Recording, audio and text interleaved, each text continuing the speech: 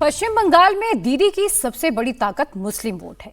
क्या बीजेपी की सबसे बड़ी ताकत हिंदू वोट बनने जा रही है? सवाल की वजह है दो सीटें, एक भवानीपुर और दूसरा Kolkata port. Kolkata port seat Kolkata का सबसे बड़ा मुस्लिम हॉटस्पॉट है।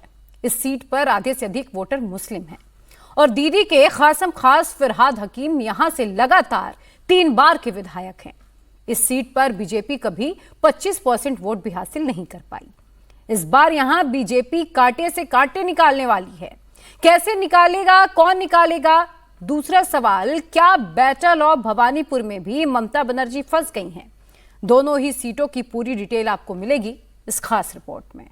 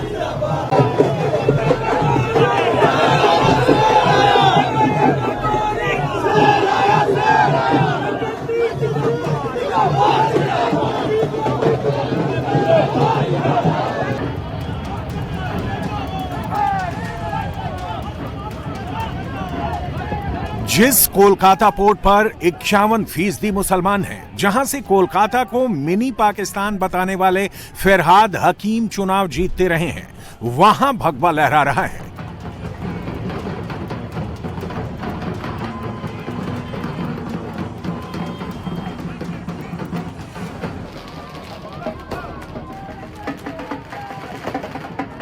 जय श्री राम का उद्घोष हो रहा है। सड़क पर बीजेपी के हजारों कार्यकर्ता मौजूद हैं।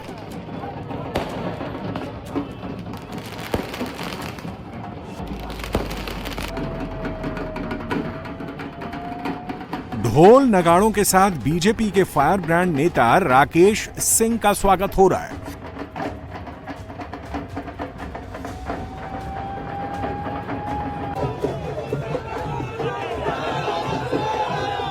राकेश सिंह मंगलवार को दोपहर को प्रेसिडेंसी जेल से रिहा हुए।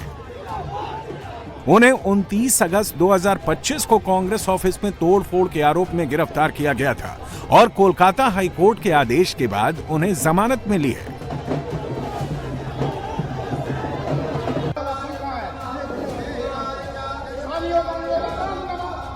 जेल से बाहर निकलते ही बीजेपी ने राकेश सिंह को कोलकाता पोर्ट सिटी से अपना उम्मीदवार बनाया है।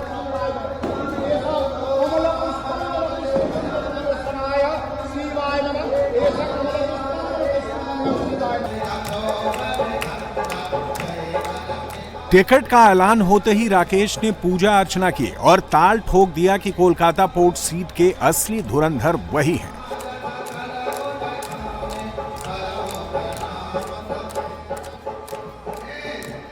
राकेश जी, टिकट मिला।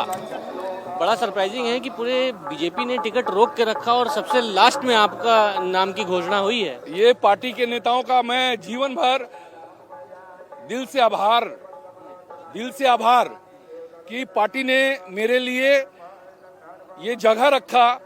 इसका कोई शब्द से बयान करके हम नहीं दे सकते हैं।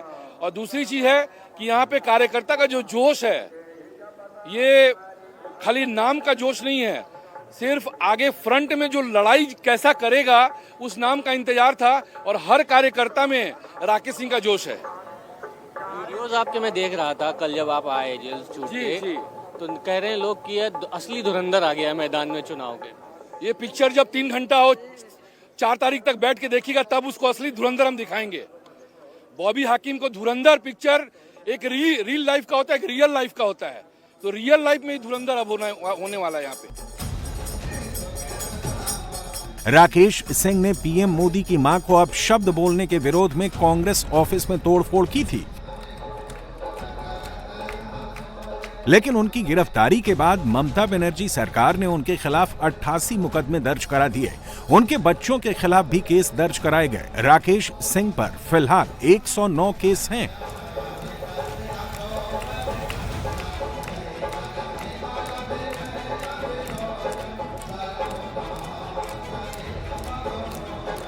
अभी एक ही मकसद है कि मिनी पाकिस्तान में बॉबी हाकिम को जो बोला है वो एक दाऊद इब्राहिम है, उसको पाकिस्तान भेजना है। राकेश सिंह का आरोप है कि दीदी ने उनके खिलाफ बदले की भावना से फर्जी केस दर्ज कराए हैं।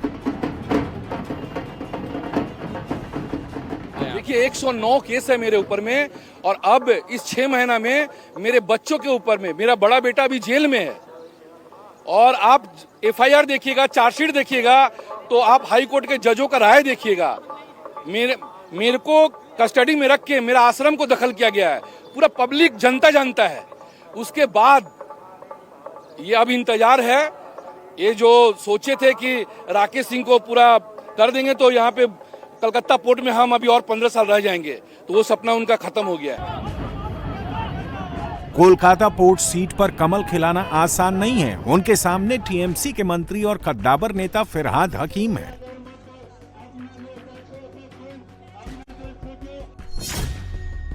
कोलकाता पोर्ट सीट पर 51% मुसलमान हैं। फिरहाद हकीम यहां से लगातार 3 बार चुनाव जीत चुके हैं।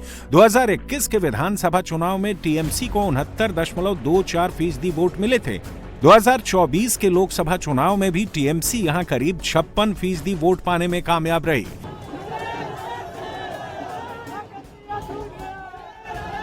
राकेश सिंह पहले भी इस सीट पर कांग्रेस के सिंबल पर चुनाव लड़ चुके हैं। तब उन्हें 50,000 के करीब वोट मिले थे। उन्होंने फिरहाद हकीम को कड़ी टक्कर दी थी और 26,548 वोट से चुनाव हारे थे। राकेश सिंह का दावा है कि मुस्लिमों के भी वोट इस बार उन्हें मिलेंगे और वो इस इलाके को मिनी पाकिस्तान से मुक्त कराएंगे। मुस्लिम टोपी जो है इबादत के लिए है, वो टोपी जो पहन रहे हैं वो टोपी पहनाने के लिए कर रहे हैं, यही फर्क है। हम टीका चंदन लगा के उस मुसलमान नौजवानों के लिए हक और हुकूक का लड़ाई लड़ेंगे।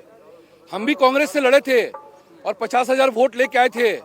हमारे कांग्रेसी लोग पीठ में चक्कू मार देते, नहीं तो उसी वक्त उनको विदाई कर देते। लेकिन इस बार इनको विदाई निश्चित है। मुस्लिम लोग ही उनको इस बार सबक सिखाएंगे। और ये वोट मांगने बात कर रहे हैं, अभी मटिया बुरुज जाएंगे और उस मिनी पाकिस्तान को आजाद कराएंगे। जैसे 370 हटा, मेरा मोदी जी अमित शाह जी से निवेदन रहेगा कि हम आपको आजाद करके आपने जो विश्वास दिखाया है हर एक कार्यकर्ता में, वो विश्वास को आपको लौटा के 4 तारीख को देंगे। मिनी पाकिस्तान क्यों है वो भाई जी? ये बॉबी हाकिम का एक फंडा था। जब 2016 में हम खड़े थे तो एक मंदिर बनवा रहे थे, तो वो ये लोग कॉम्युनल कार्ड खेले हैं हराने के लिए। मेरे ही इलेक्शन के टाइम में 2016 में कॉम्युनल कार्ड खेला था, लेकिन उसी का जवाब उसको हम आज भारतीय जनता पार्टी में रह के देंगे। राकेश सिंह के सामने चुनाव लड़ रहे फिरहाद हकीम अपने बयानों की वजह से विवादों में रहते हैं। 2016 विधानसभा चुनाव के दौरान फिरहाद हकीम ने पाकिस्तानी अखबार डॉन से बात करते हुए कोलकाता के गार्डन रीच इलाके को मिनी पाकिस्तान कहा था। वो पश्चिम बंगाल में मुस्लिमों को बहुसंख्यक बनाने की भी बात कह चुके हैं। फिरहाद हकीम ने ये भी कहा था कि जो इस्लाम में नहीं जन्म लिए वो बदकिस्मत है। আমাদের নামাজ আদব কায়দা সব আমাদের বেশিরভাগই মানুষের জানা, কিন্তু যারা দুর্ভাগ্য নিয়ে জন্মেছে, যারা ইসলাম নিয়ে জন্মায়নি, তাদেরও দাওয়াতে ইসলাম অর্থাৎ ইসলামের দাওয়াত দিয়ে তাদের মধ্যে নিয়ত নিয়ে ঈমান নিয়ে আসলে এটা আল্লাহ তাআলাকে খুশি করা হবে। राकेश सिंह के चुनावी मैदान में उतरने से कोलकाता पोर्ट सीट का समीकरण बदलने लगा है। राकेश सिंह फिरहाद हकीम के मुस्लिम वोट बैंक में सेंधमारी कर रहे हैं। मुस्लिम समाज का आरोप है कि फिरहाद हकीम और TMC बच्चों के भविष्य को बर्बाद कर रही है। देखिए, ये एक पॉलिटिकल साजिश है जो मोदी जी को बदनाम किया जाता है, और ये वही मुस्लिम बदनाम करते हैं तो देश दो ही है। तो देश से ज्यादा, अपने देश से ज्यादा सऊदी को, अरब को, पाकिस्तान को चाहते हैं। हम लोग देशभक्त मुस्लिम, हमारे दिलों में मोदी जी बसते हैं। ये गमछा में नहीं है, हमारे दिल में मोदी जी है, क्योंकि वो देश के लिए सोचते हैं। आज जो देश के लिए सोचेगा, देशभक्त मुस्लिम हमेशा उनके लिए जान के लेके खड़ा रहेगा। इलाके में तो काफी मुस्लिम है, पोर्ट इलाके में किसके साथ जाएंगे? देखिए, देशभक्त मुस्लिम हमेशा बीजेपी के साथ और मोदी जी के साथ रहेगा। जो देश की तरक्की चाहता है, जो बंगाल की तरक्की चाहता है, जो बंगाल को हिंदुस्तान में देखना चाहता है। हकीम फरियाद हकीम अभी यहाँ के एमएलए नहीं रहे, एमएलए से ज्यादा डॉन हो चुके हैं। वो गुंडागर्दी कर रहे हैं, हमारे बच्चों को गुंडा बनाते हैं, मुस्लिम बच्चों को गुंडा बनाते हैं। उनके पार्टी हाथ में बम बंदूक देके वोट लुटवाती है हमारे बच्चों से। तो हम लोगों को उनसे छुटकारा चाहिए। हमारे बच्चे IPS IAS बनाना है हम लोगों को, गुंडा नहीं बनाना है। इसलिए इस बार यहाँ जो फरियाद हकीम को हम लोग विदाई देंगे, उन्हें चिट्ठा भेजेंगे। अब हमारे राकेश भाई जो हम लोग बचपन से जानते हैं, वो इस पोर्ट के वासी है और एक पॉलिटिशियन होने से पहले वो समाज सेवक है। उनका हम लोग बचपन से देखा कितना हमारे समाज की सेवा की है। कोलकाता पोर्ट सीट की आधी आबादी भी इस बार बदलाव के मूड में है। महिलाओं के साथ बढ़ते अपराध की वजह से दीदी की लोकप्रियता महिलाओं में तेजी से गिरी है। फरियाद हकीम पर हिंदुओं के साथ भेदभाव करने के भी आरोप लग रहे हैं। नहीं, हम लोग का महिलाओं में कुछ भी अभी तक डर नहीं है। और तो हम लोग के राकेश भैया आ गए हैं, तो जिससे कि सभी महिलाओं को और यहाँ के पिछली बार भी जीत नहीं पाए, फरियाद हकीमी जीत रहे हैं, लगातार जीत रहे हैं। इस बार ऐसा नहीं होगा, इस बार नहीं होगा, क्योंकि हमारी सारी जनता जो है जाग चुकी है। और जो हम लोग को ये पश्चिम बंगाल में जो हम लोग चाहते थे कि लेडीज एक मुख्यमंत्री रहे, हम लोग को बहुत ही अच्छा लगा था। लेकिन ये जो RG कॉल वाला कांड लेकर जो ये घटना हुई है, हर महिला नहीं चाहती है कि अब वो हमारी लेडीज मुख्यमंत्री रहे। ठीक है, इसके लिए हम लोग चाहेंगे ही कि इस बार परिवर्तन हो और हमारे सरकार बदले। इस बार हमारी भारतीय जनता पश्चिम बंगाल में खिले और कमल छाप हर जगह खिले। हम लोग यही चाहते हैं, हमारी पश्चिम बंगाल की जनता यही सब चाहती है। आप क्या कहेंगे? क्या बोलेंगे हम? क्या इस बार लग रहा है? हाँ, अब बदलेगा। अब लग रहा है जहाँ पिछली बार नहीं बदला था, अभी आधा कम बीत गया, तो दोगला भी करके जीत गया भाई। नहीं, हम लोग के यहाँ तो कुछ किया नहीं है, थोड़ा बहुत जो किया दिखाने के लिए किया है। बैटल ऑफ बंगाल के सबसे बड़े कुरुक्षेत्र भवानीपुर सीट पर ममता बनर्जी ने अपना नॉमिनेशन भर दिया। আমি মমতা ব্যানার্জি পশ্চিমবঙ্গের বিধানসভার একটি আসন পূর্ণ করার উদ্দেশ্যে মনোনীত হয়ে সত্যনিষ্ঠার সাথে প্রতিজ্ঞা করছি যে नामांकन से पहले ममता ने शक्ति प्रदर्शन किया है।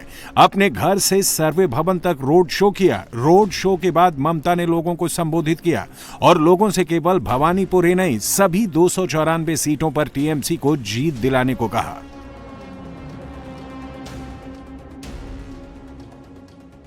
इस सीट पर ममता बनर्जी और शुवेंदु अधिकारी के बीच जबरदस्त टक्कर है। भवानीपुर में क्या नंदीग्राम पार्ट 2 होगा? भवानीपुर में दीदी का किला बचेगा या जनता दादा पर भरोसा जताएगी? इसका पता 4 मई को चलेगा, जब चुनाव के नतीजे आएंगे। यहां से ममता 3 बार जीत चुकी हैं, लेकिन चौथी बार मुकाबला आसान नहीं होने वाला है।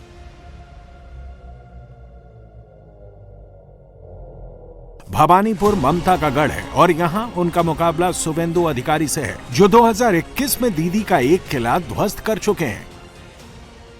पश्चिम बंगाल की सबसे हाई प्रोफाइल सीट भवानीपुर, जहां पे ममता बनर्जी आज नॉमिनेशन फाइल कर रही हैं। और ममता बनर्जी के इस भवानीपुर में जब घर से वो निकली हैं, तब आप देखिए भवानीपुर में जितने भी उनके तमाम जो लोग हैं यहाँ पर, वो यहाँ पर आए हैं। सबसे पहले भवानीपुर के जो आगे जो सिख कम्युनिटी के लोग थे वो यहाँ पर आए, और साथ में जो फरियाद हकीम जो कि यहाँ के मंत्री हैं वो यहाँ पर मौजूद है। उनके साथ और भी तमाम जो लोग हैं, फरियाद हकीम का पूरा परिवार यहाँ पर है। ममता बनर्जी के साथ और भी TMC के जो तमाम नेता हैं वो यहाँ पर पैदल नॉमिनेशन फाइल करते हुए जा रही हैं। ये ममता बनर्जी का एक शक्ति प्रदर्शन उनके कॉन्स्टिट्यूएंसी में है, क्योंकि ये कॉन्स्टिट्यूएंसी भवानीपुर से ममता बनर्जी का पुराना लगाव रहा है। और ममता बनर्जी एक बार फिर से यहाँ पे जब चुनाव लड़ रही हैं, तो ये माना जा रहा है ये हाई प्रोफाइल सीट इसलिए भी हो गई है क्योंकि उनके सामने शुभेंदु अधिकारी यहाँ पर ताल ठोक रहे हैं। कुल मिलाकर इस जगह पर ममता बनर्जी यहाँ पर अपने तमाम समर्थकों के साथ रोड पर पैदल चलते हुए आज नॉमिनेशन फाइल करने के लिए जा रही हैं। और हजारों की तादाद में जो समर्थक हैं वो यहाँ पर मौजूद हैं। जम के नारेबाजी हो रही है। घर से ममता बनर्जी जब निकली तब वहाँ से लोग उनके साथ अभिवादन करते हुए यहाँ से वो रवाना हो रहे हैं उनके साथ में। आप देख सकते हैं ममता बनर्जी बड़ी सुरक्षा के बीच में अपने टीएमसी के तमाम बड़े नेताओं के साथ मौजूद हैं। तमाम यहाँ के पश्चिम बंगाल के जो मंत्री हैं, जो बड़े नेता हैं, वो यहाँ पर मौजूद हैं। एसआईआर के बाद भवानीपुर का समीकरण पूरी तरह से बदल सकता है। 2021 उपचुनाव में ममता केवल 58,000 वोट से जीती थी, लेकिन उसके बाद भवानीपुर में एसआईआर में करीब 44,000 वोट कट चुके हैं। 14,154 संदिग्ध वोटर्स की भी जांच हुई है। अगर इन दोनों को मिला दें तो ममता की जीत का फासला बेहद कम हो जाता है। अगर 2021 उपचुनाव और 2024 लोकसभा चुनाव से तुलना करें तो ममता 2021 के उपचुनाव में भवानीपुर के सभी 8 वार्ड में जीती थी, लेकिन 2024 चुनाव में बीजेपी ने 5 वार्ड में बाजी मारी थी। भवानीपुर में कुल 269 बूथ हैं। पिछले लोकसभा चुनाव में बीजेपी इसमें 149 पर आगे थी। दक्षिण कोलकाता में आने वाली भवानीपुर सीट पर टीएमसी की लीड केवल 8,297 रह गई थी। ममता के नामांकन में पहुंचे टीएमसी समर्थकों का कहना है कि भवानीपुर में कोई टक्कर नहीं है, सिर्फ ये देखना है कि दीदी की विक्ट्री कितने वोटों से होती है। 60 से 65,000 वोट से दीदी यहाँ से जीतेगा, एकदम कंफर्म। अब मिला लीजिएगा, 4 तारीख के बाद मिला लीजिएगा। 4 तारीख के बाद अब देख लीजिएगा, जो रिकॉर्ड आएगा अब देख लीजिएगा। ठीक है, सब काम किया है। आप हॉस्पिटल में जाइए, रास्ता घाट देखिए, गांव में जाइए, देखिएगा कितना उन्नयन हुआ है। वो लोग झूठ बोलने के लिए सब कुछ बोल सकता है, लेकिन जो सच है ना इंसान जानता है। इंसान जानता है जो सच है, इंसान जानता है। भवानीपुर में दीदी बाजी मारेंगी या फिर दादा की चलेगी, ये भवानीपुर के जातीय समीकरण से समझिए। अरे এই লিস্টে যদি অনুপ্রবেশকারীর দ্বারা তুমি নির্বাচিত হয়ে থাকো। भवानीपुर में बंगाली हिंदू 42% हैं, तो मुस्लिम मतदाताओं की तादाद यहां 24% से ज्यादा है। गैर बंगाली हिंदू यहां 34% हैं, जो ममता और सुवेंदु की किस्मत का फैसला करेंगे। भवानीपुर के धार्मिक और जातीय समीकरण के चलते इसे मिनी इंडिया भी कहा जाता है। ममता बनर्जी के समर्थकों का दावा है कि भवानीपुर में सुवेंदु अधिकारी की जमानत जब्त होगी। देखिए जमानत जाएगा, सुवेंदु का जमानत बाजियाब तो हो जाएगा। ये दावा के साथ हम लोग कह सकते हैं ये दीदी का जगह है। 250 seats we are winning from West Bengal इस बार। नहीं कर पाएगा बीजेपी वालों ने, 50 पार नहीं कर पाएगा बीजेपी, 50 पार कर नहीं पाएगा, 50 पार नहीं कर पाएगा बीजेपी वालों ने। भवानी पहले तो नंदीग्राम से दीदी हार गई। भवानीपुर छोड़ दो, वो चोरी हुआ। अभी आप सुन लीजिए, हम लोग का मार्जिन के लिए भावना है। कितना मार्जिन होगा वो उसके बाद कोई भावना चिंता मेरा पास नहीं है।